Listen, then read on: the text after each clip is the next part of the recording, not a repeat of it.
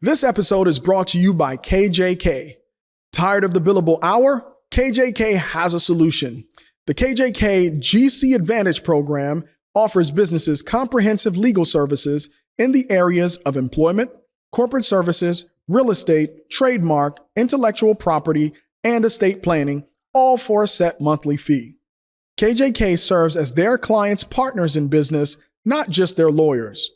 Along with cost certainty and predictability, the KJK GC Advantage program gives clients peace of mind, knowing their projects will be handled quickly and efficiently, maximizing the return on investment on their legal spend. So don't go it alone, let KJK help. Learn more by visiting kjk.com.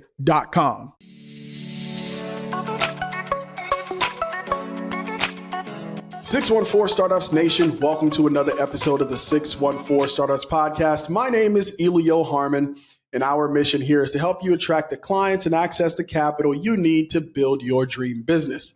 Like a good guest, wipe your feet at the door by hitting the subscribe button and come on in. Today, we are going to be talking about Olive. Once a unicorn, the company unfortunately wound down operations in late 2023. Now, to enlighten us on the subject, I am joined by none other than one of my favorite business reporters, Carrie Ghose of Columbus Business First. Carrie, welcome to the show. Howdy. Thanks for having me. Okay, awesome. Now, for full disclosure, before we get started, I reached out to someone high up in Olive's leadership and extended an invitation to share their side of the story. Once I hear back from them, I will work to get them on the show. All right, Carrie, you ready to jump right in? Awesome. All right. So now I love to hear about people's professional experience right before we jump into things. So how long have you been a reporter for Columbus Business First? And when did you first hear about Olive? I joined Columbus Business First in April of 2007 after about 6.5, 7 years with the Associated Press here, most of that here in Columbus. I got the tech beat in mid-2010. And then the very first, so Drive Capital, be a player in this, Drive Capital stories were written by our then State House reporter, because it was the whole, Mark Kwame was with the Department of Development, then Jobs Ohio, then leaving Jobs Ohio to start a VC fund. So the first actual story about what was then cross-checks was written by our web coordinator in August of 2013. I must have been on vacation. And then I finally covered a talk that CEO and co-founder Sean Lane gave that October. And I finally landed an interview with the co-founders at their office, which was then in the Chase building downtown, in February of 2014. Wow. So this goes back a long way. And so you have a ton of experience as a reporter. One of the things I admire most about you is when I open my LinkedIn, or I open my newsletter that I get from Columbus Business First, I never know what's in there, right? Carrie, you're always surprising me. It's great to follow your reporting. So you become familiar with Olive, and you've been following them for a while. So what's the cross-checks then Olive story, right? How did they get started, and who were the key players early on? Okay, I will preface this, that in subsequent reporting and getting little anonymous postcards and stuff, talking that some of this is being called into question by people of the oft-repeated origin story of Olive. But basically, it was Sean Lane was in the U.S. Air Force intelligence. Toured, he said, 5 tours in Iraq and Afghanistan. He helped set up basically a cellular network for the military that was very hard to keep track of the enemy and keep track of each other and their movements, because, they're not here with, a lot of Verizon towers around them. And he parlayed that into a software company in Baltimore, being near military stuff, called BTS, which in speeches he said he sold in 2011.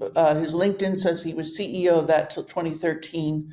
But in any case, in the meantime, then Governor Kasich talked Mark Kwame into coming to join the Department of Development. that led to him forming Jobs Ohio, and that led to Drive Capital, right? So this is all going on at the same time.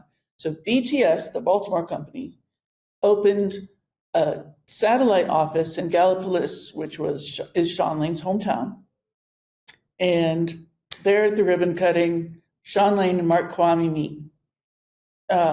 And oft told the story that Kwame said, "What are you working on?" And he said, "Well, I've got this military software company, and I've got this little idea about healthcare doesn't have the internet. We should build an internet for healthcare." And the story goes that Kwame said, "Drop everything, move back to Ohio, and we will build $1 billion company." That was in 2012, I think. The company was formed actually in Baltimore in 2012, and then moved here. And Drive Capital officially invested $5 million in 2013. Okay, so you said anonymous postcards and stories being called into question. All right, now you're making this juicy for me, okay, Carrie? That's why I like you as a reporter, okay? I didn't want to go into the juice, just the facts, ma'am, but we got to go into the juice now. What do you mean by anonymous postcards and stories being called into question? Are you saying there is some information that's coming out that this thing didn't really happen the way it was told? So when I did the big cover story on Inside the Collapse of Olive, I retold this story at the lead and said the decorated Air Force veteran, because on the BTS website it says, Sean Lane, who had been awarded the Bronze Star, that seems decorated, and someone sent me a card from a PO, just dropped it in a mailbox, whatever. There's nothing I can find. And said, "Everyone's always saying he's this decorated military veteran, and no one has ever checked this out." And I've been trying, but it's really hard if you don't have someone's social security number to get their discharge papers from the U.S. military. Wow. So, okay, well, we're going to leave that where it is. I'm sure when you get a lead, you're going to track it down, and we will stay tuned to find out. I don't even know if it's important. It was just like, well, okay, I'll chase this down. You said I never checked it out. Okay, well, Carrie loves a challenge, all right? So Mr. and Ms. Anonymous Person, I'm trying. Okay, but the rest of the story, the company, BTS, Baltimore, Columbus connection, how he met Matt, none of that is in question. It's just... Mark Kwame. So one other person who I interviewed said that there's perhaps some embellishment to the Kwame say drop everything thing here. So I haven't been able to talk to him either about this. Okay. So however it came together. I'm just trying to be, dot my I's. Yeah, however it came together, it did. And so the companies... Yeah, but they definitely, they formed this company, moved it here, and Drive invested that first $5 million. All right. And so I know I'm jumping ahead because none of this stuff is like overnight, but how or why did the company become so successful? I know it was cross-checks at one point and then a rocket ship to unicorn status. So what did you find in your reporting that could explain that level of success? So, when I saw this question in prep, my note to myself was it successful? But it had, I will say when I first started covering them at the cross checks, it was a new type of company for Columbus. This is back when a $15 million round was the hugest thing ever, and they were bringing this new Silicon Valley type approach to Central Ohio, where all tech had always been, we do B2B software and make revenue. And in one of my first stories, I actually quoted them that, you read that right. They're not charging for their services. So what they first were doing was identity resolution. So you would do a fingerprint scan at a hospital. And it was to stop medical identity theft, which was a way that people could illicitly get drugs, pose as someone else and pick up their prescription. But really in the background, what they're trying to do is find a way to interconnect electronic medical records, because healthcare is really backwards, really paper driven. Your doctor still has a fax machine. And it's partly because of patient privacy laws and partly because it's a big behemoth that's hard to, rebuild all their systems. All the hospitals right now are on Epic, at least in Columbus, but they have trouble getting stuff from my doctor to the, when I had a little cancer thing, the oncologist can't send their records to the surgeon's office and vice versa. And it's because they're different companies. Yeah, and if it's not communicated, you could miss that communication altogether. They will find, you checked in at Holzer Health System in Gallipolis, but you went to Virginia on vacation and went to an ER. They wanted to bring that all together. Am I being too wordy with that? No, that's an elegant explanation. And because I work in healthcare as well, I understand the problem. Especially back then, 2012, right? It was really bad. At least now, there's been some consolidation. Like you said, a lot of people are all moving to one system. Maybe more systems are trying to communicate with each other. But I can see why the idea resonated so strongly back in 2012. It was really bad then. It was like paper charts, fax machines everywhere. So I certainly get it. And so they get the investment, and it must have been a market waiting for a solution. Or does the question about whether they're successful come from the fact that they weren't charging and they were acquiring customers for free? Why do you question this success story as it's been told generally? Well, I was always a little bit, Sean Lane was always very compelling. And, he'd say that what we're doing is so, he had this huge vision always, and he stuck to it. He stuck to the same vision, and he'd say, I have a 2015 story. What we're doing is so big, it requires a lot of capital. And he said, he didn't have any idea, when they'd raise another round, or when they'd be making money. So the idea was, let's get ourselves insinuated into every hospital by being free at first. And then they started rolling out some paid services, and they were up and down. Like they'd go from 20 employees to 80, and then they'd cut some jobs. And then they'd roll out new things like e-check-in. And then starting in, let me call it my timeline, so 2017, they started this bot idea, Olive. It was like a kind of a side product. And then got a bridge loan from Drive to kind of remake the company.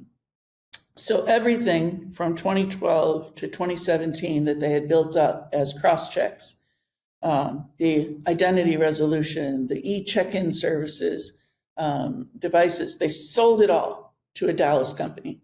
And when I went tracking down, how did that company do? To all intents and purposes, the last mention I can find of them is 2020. I think they shut down. So the company that was started does not exist, and then it's just Olive. Does that make sense? Yes, so it it's does. A new company. Yes, it does. So that's why I stopped calling him co-founder Sean Lane and just called him founder Sean Lane, because the two co-founders had left and said, we have nothing to do with all of that. All came after me. So what did your reporting find out about that? Like, did you have a chance to talk to them? Do we know why they left? I know this is a big pivot, and pivots happen all the time in startups, but this is a massive one, right? You're completely shifting from what you were doing before, and you're restarting.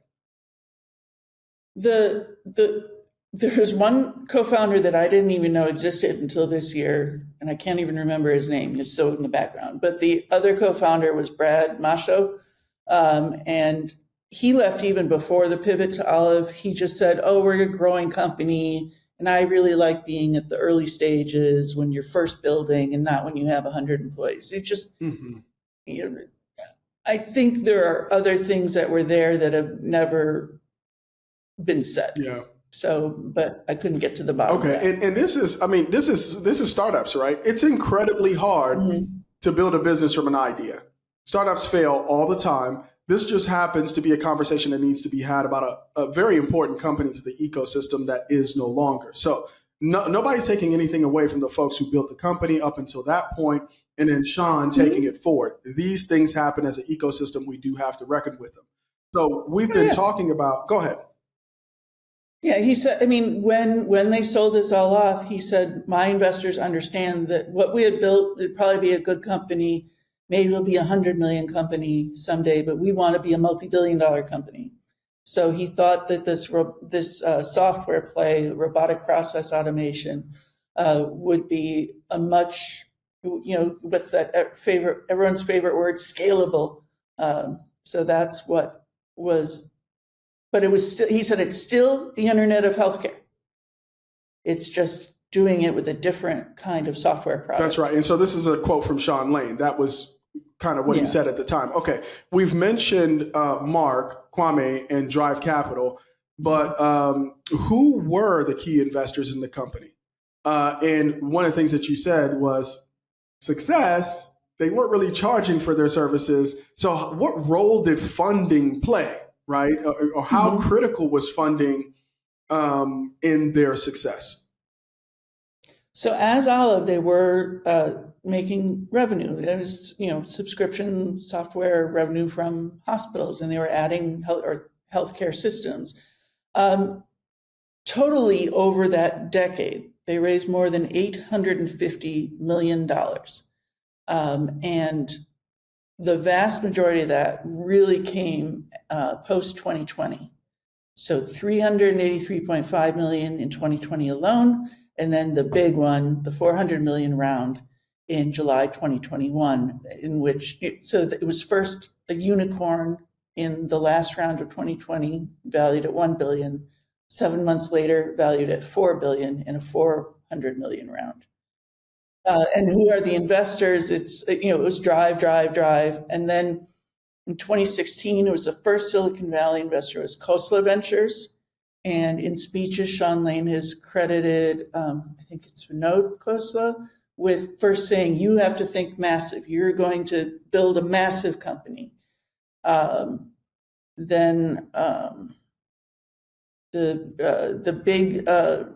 The really big firms like Tiger Global, they're based in New York City, and General Catalyst, which has a whole bunch of health IT companies, came in 2020. The 2021 was led by Vista, Base 10, and again, Tiger Global. It was just a lot of big names. Does anybody who's listening right now remember what was happening in 2020 and 2021 globally? One of the biggest things was the world was shut down. Nobody's raising capital. So what is it about Olive, right? This idea of a bot and being able to automate a lot of things and still being the internet of healthcare that appealed so much? Like, what were people really investing in? Did you find that out in your reporting? What were the investors really valuing at that point in the company's life? Well, to the contrary, 2021 was a record-breaking year for venture nationwide. It just soared to dizzying heights. It was the free money phenomenon. And yes, this huge idea of, Sean Lane saying he just made these huge claims. Administrative waste, he said, is 1/4 of all U.S. healthcare spending. That's $1 trillion. So we'll take $1 trillion out of U.S. healthcare spending, and we'll just get a tiny percentage of that, and we'll be a huge company. So it was, they kept rolling out new ideas and of what kind of products that they could do to. They used all this funding to make acquisitions, prior authorization, getting into physician decision support. They they raised another 50 million on the side and started Circulo, which was going to be a Medicaid managed care plan. So it's just, Sean is a very compelling vision of this, and I often say, like, many of the health IT companies would not exist if the US just didn't have a broken healthcare system. They're all out there trying to solve one little broken piece of it. And he thought he could, solve a big, huge chunk of what's broken about healthcare and insurance. All right. Well, Carrie, there's so much more to talk about, but we do have to take a break. So, folks, thank you so much for tuning into this conversation. We'll be right back after these messages. Hey there, 614 Startups community. We're thrilled to share some exciting news with you. This podcast is proudly supported by Loop, the game changers in return management. Not only are they revolutionizing e-commerce, but they're also on the lookout for talented individuals to join their dynamic team. Looking to be part of a company that values innovation and fosters a vibrant culture? Well, Loop is the place to be.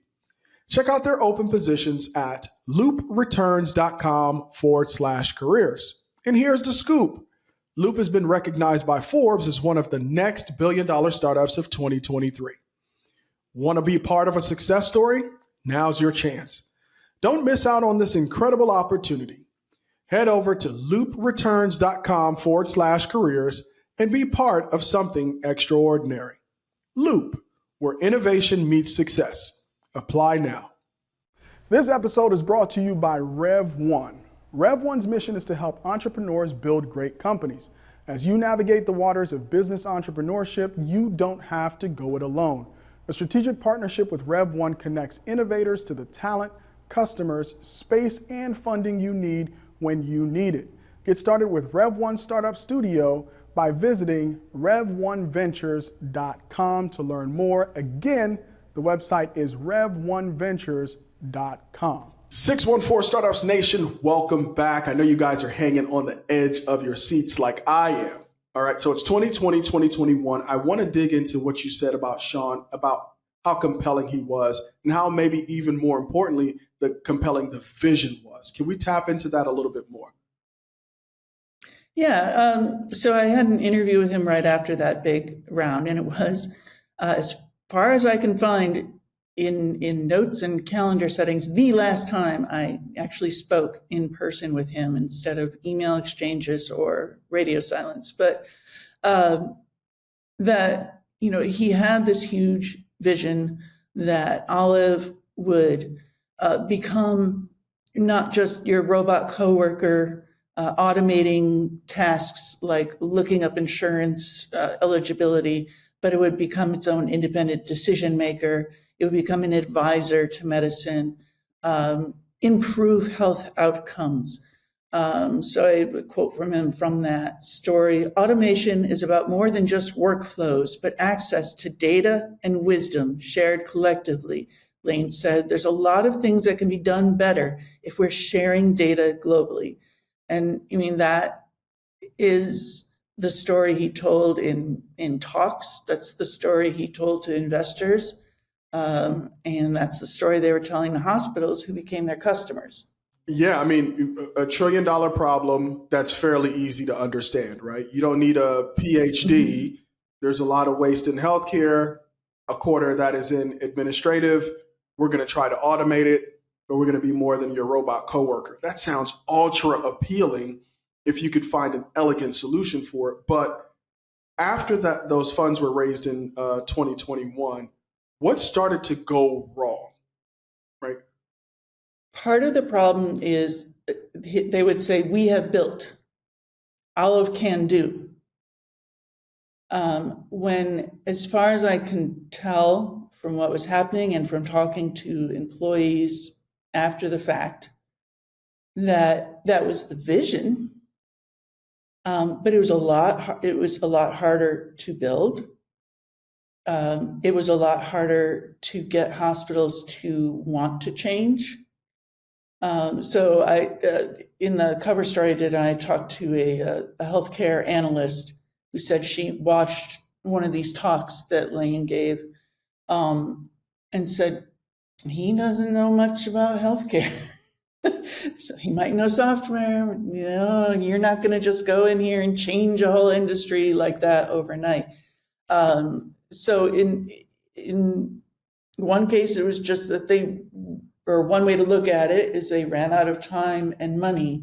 When I talk to employees, and I'm trying to do further stories, I just need more people to call me. What they were really doing is really manual stuff. So every time they sign on a hospital, you can't just say, plug in Olive and it'll go to work. They had to go in and set up for that hospital system exactly how it would go and scrape websites to go get, this eligibility or this Medicare code and, fix it with that date. And if anyone in any of the points that it reached changed their web design, it would break. The Olive would break. And so they'd have to go in and redo it. So they became like these little bespoke consultants. And that's a very people-driven company and not a scalable software solution. The AI was very artificial. It was human intelligence basically driving it a lot. And they went from 200 employees at the start of 2020 to almost 1,400 to then, July 2022, 1 year after raising that 400 million, having to fire 450 people. And then another 200 and some in February 2023. And at the same time, there were external factors that were cutting off that free money spigot. So interest rates rose, SVB collapsed, VCs got worried. VCs started telling their portfolio companies, it's time to make revenue. And we're not, opening the coffers so much anymore. And on the customer side, the consulting firm Kaufman Hall called 2022 the worst financial year for hospitals and health systems since the start of the COVID-19 pandemic. So their customers are cutting back because they don't have the money to spend on, some innovation thing for a future savings. VCs aren't putting money in. Everything they're doing is really people heavy, and they're cutting people. When they cut those 450 jobs, Sean Lane put out an all-staff email of choose vision over status quo and act with urgency, drove us to make significant investments across the most pressing parts of healthcare, scale our teams, and move quickly to bring solutions to the market. Our fast-paced growth and lack of focus strained our product and engineering resources and prevented us from executing quickly on key initiatives. I take responsibility for this. So basically, they spent too much trying to do too much and just ran off a cliff. Okay, so I'm going to recap what you said there because I think I get the gist of it. Number one, they were promising a product they were still building. It wasn't completely built. And so the client would sign on expecting that on the back end, this AI or this bot was the one doing the work. However, on the back end, they were doing that manually. So in another way of looking at it, they had outsourced the manual work from the provider that was their client and brought it in-house into Olive. My question is, okay, they're realizing that this is happening. Layoffs are one way to address issues. What were some other ways to try to address those things? And what I failed to mention there in my recap is investor demand, SVB collapse. So everything is happening all at once. What other strategies, as you were talking to other people who were involved with this, did they try to employ besides just what I know corporations do? When times get tough, we're going to cut staff. Well, this was also during the period that they kind of stopped talking to me. So I do know when they filed that final warn notice with the state when they were shutting down this past October, that said we were trying to raise funds until the last and we could not. And in the lawsuit that Jobs Ohio filed, they included email chains. And when they were, I should back up and say Jobs Ohio sued them in August of 2023, in part because of those layoffs in 2022, because they wanted to claw back all the money that they had spent with recruiting and training assistants, and saying you got this aid and you didn't meet your end of the bargain, which was to keep this employment level. I think it was to be 170 jobs in Ohio for X number of years. So they met it and then they fell off. So they said, we want it all back. But in those lawsuits, they included email chains where they were trying to negotiate the settlement, and they said, we are trying to negotiate an asset sale. So they were trying to sell off assets back in, I think it was September. They were negotiating leading up to this, what eventually transpired in October, which is the last parts were sold off for pennies on the dollar. Wow. So that was the straw that kind of broke the camel's back. All of the things that we discussed before, and then at the last, being unable to raise funds. Okay. Yeah. And I mean, investors had poured $850 million in.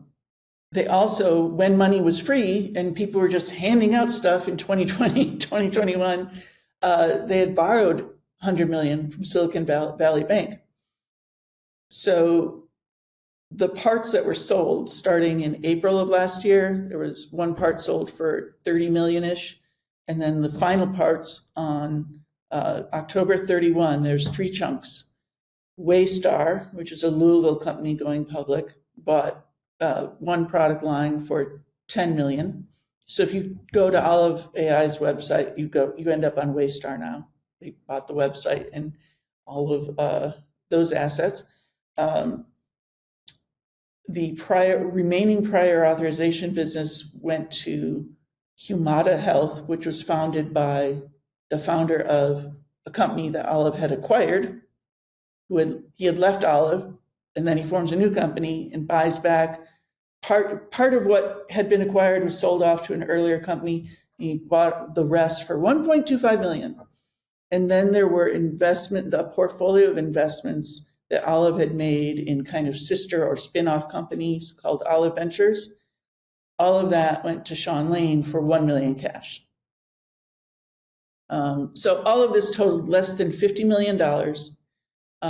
And that was not enough to repay the Silicon Valley loan. So investors, including employees who would buy shares, got nothing.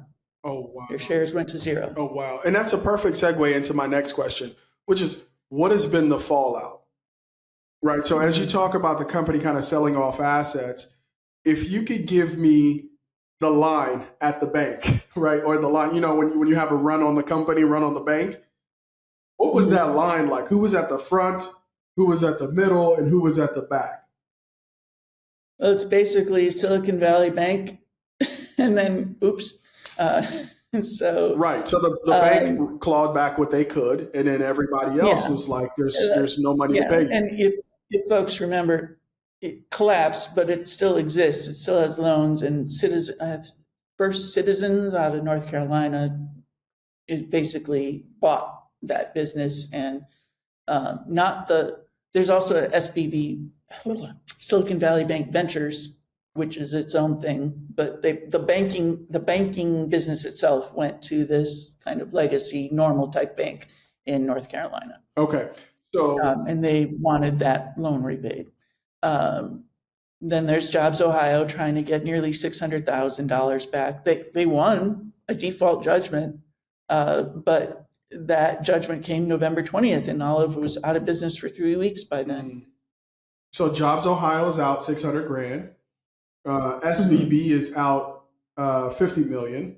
right? Because they got approximately. Roundabout. Yeah, there was an office auction too. Mhm. So I assume that also, no one told me, but I assume that also would have to go to them, but they would not disclose the amount that was raised. Whole lot of MacBooks Mhm. and smart screens and Yeah, everything you'd find in a really stuff like that. nice billion-dollar technology Office. office. Yeah. Leather Okay. chairs. Probably a few paintings and tables and some nice stuff. Okay. So we got SVB, we got Jobs Ohio, investors. Investors go to zero. Hmm. Okay. And that includes some employees. I'm trying to talk to more, but I talked to one so far. Okay, you get it first because I haven't even gotten to write the story yet. Who said, yeah, it's probably about $1,500. I believed in the company. I believed in its mission, and I wanted to be part of its success. And this is a pretty, these aren't all like the executive level. Like anyone was able to buy shares. Hmm. Um, Wow. and that's gone for them. Plus losing their job. Hmm. Um, the final shut. There were some employees who transferred with these asset purchases. Maybe about 80 went to Waystar or were offered jobs at Waystar, but that left 110 people at the very end who were just gone. And when a company like that goes away, what does that mean for revenue for a city like Columbus? Tax revenue, etc. Have you been able to explore any of that, the impact of the jobs lost and things like that? Um, I don't have a very good count of, because they adopted this remote structure. I don't have a very good count of how many of its jobs were in Ohio. But obviously, yeah, I mean, these are good paying jobs, 80, 100,000, in the tech sector, and 2.5% of that is city income tax. Yeah. Um, I do know who the new tenant is in their downtown headquarters. I'm trying to land an interview. So I think it will be exciting. It's a new venture development and investing group. So stay tuned. Um, Yeah. but I think probably the worst impact, besides all these folks who lost their jobs, in not necessarily the best job market, but at least, we're always hearing that there's a lot of need for tech workers. Hopefully everybody lands well. But I wonder what it will do for the investing climate. I hope it doesn't, too much dampen the belief in tech, in innovation, in investing, because they were that exciting, huge vision, Silicon Valley type, and yeah, it did go bust. But from the beginning, it was always hard to get Columbus area investors to accept venture means risk. They kind of expect 80% to fail or whatnot. But there are a lot of good and revenue producing um, and growing companies, and I worry that it might dampen investor support for the companies that remain. Yeah, it isn't that always the case. A lot of times the fallout has unintended consequences, which is it has a ripple effect through the investment climate, and then companies are unfairly impacted by it, but that's business. Hopefully, over time, this could not just only be a cautionary tale, right, about what can happen when you invest money in startups, but really it also says that big visions, right, solving big problems, Columbus can be a city for doing that as well. All right, not to make this too personal, but when you're starting a company, everybody looks to the CEO, especially when the big driver of the business is that CEO's vision. So I want to talk about Sean Lane just with my final question, and then I'm going to leave it to you for your final comment. What have you been able to uncover about his role throughout all of this, and then the future ventures that he's working on, including Circular, which I was very, very curious about, and what happened there? Yeah, I had been kind of pursuing the Circular story, um, they pivoted from Medicaid to not Medicaid managed care, but they landed on a different section of Medicaid, which is payment to home and community-based care for individuals with developmental disabilities. So they started hiring a bunch of people, home health aides, and they said, yes, but we're still a tech company. It's tech-enabled services. And then all of a sudden, I couldn't find much on them. And then the long and short of it is, it got acquired. Circulo got acquired by a home health agency in Gallipolis owned by Sean Lane's father. And I guess they're just operating as a home health agency. I don't know what happened to the tech part of it. The last people who were the president don't respond to me. When I tried sending a message to Sean Lane's father, he immediately removed CEO of Circulo from his LinkedIn profile. And it's just that there's no contact back. So I don't know what happened to that. Sean Lane has a new startup, which he incorporated in July of 2023 while Olive was struggling. That was it was a Delaware corp. And then he did, what's called a foreign company registration with the Ohio Secretary of State on October 31st, the day Olive shut down. And then brought it out of stealth and made announcements. Here's my new thing on LinkedIn in the first week of December. And that company is called Ghost Dog. And he's back into the military intelligence world. And it's the modern browser for the classified web. So the idea is if you're in the NSA and you're searching for, are the Russians moving weapons in Belarus, and then someone who's in a different US security agency over in Germany sees that you search for that, they can share their intel with you all securely.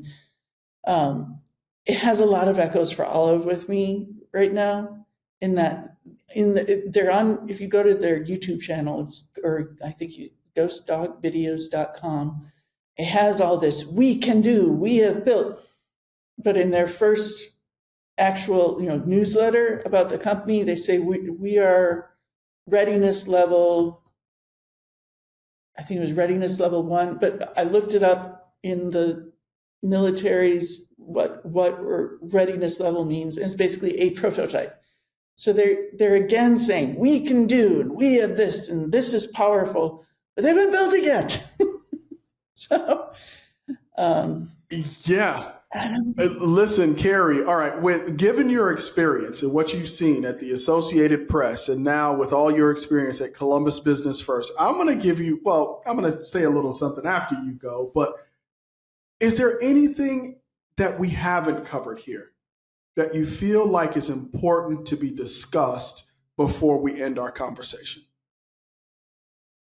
I think there's more to tell about the Olive story and about what the impact on those employees who bought shares, on what it promised versus what it could deliver. And I think, I'm not trying to jump on a grave or something. I'm trying to tell the story of here's what can be learned. You can have huge ideas and say we're going to fix healthcare, but you can go about it, maybe in a more deliberate fashion instead of trying to do everything at once.